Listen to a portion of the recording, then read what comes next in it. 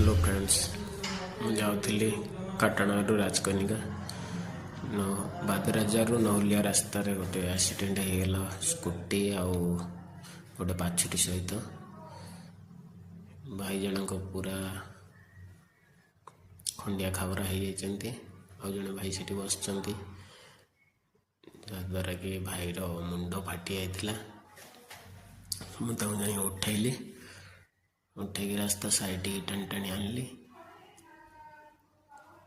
ତାଙ୍କ ଫୋନ୍ ପଡ଼ି ଯାଇଥିଲା, ତାଙ୍କୁ ଉଠେଇକି ଆଉ ଗୋଟେ ଭାଇକି ଦେଲି ସେଠି।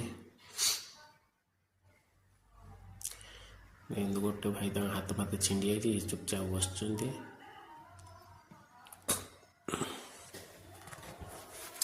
କିନ୍ତୁ ମୁଁ କହିଲି ତାଙ୍କ ଘରକୁ ଫୋନ୍ କରିବା ପାଇଁ କି ଆମ୍ବୁଲାନ୍ସ ଡାକିବୁ ଆମେ, ସେ ମନା କଲେ ଆମ୍ବୁଲାନ୍ସ ଡାକନା।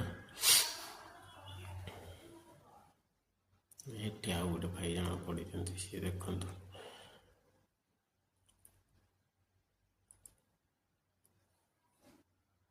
ହେଲମେଟ୍ ନାହିଁ, ବହୁତ ସ୍ପିଡ଼ରେ ଆସୁଥିଲେ, ବାଛୁରୀଟା ଆଗକୁ ପଳେଇ ଆସିଲା।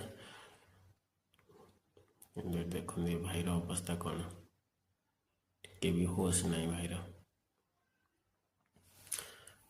ଦୁଃଖଦ କଥା, ଏ କାଟଣା ପିଲା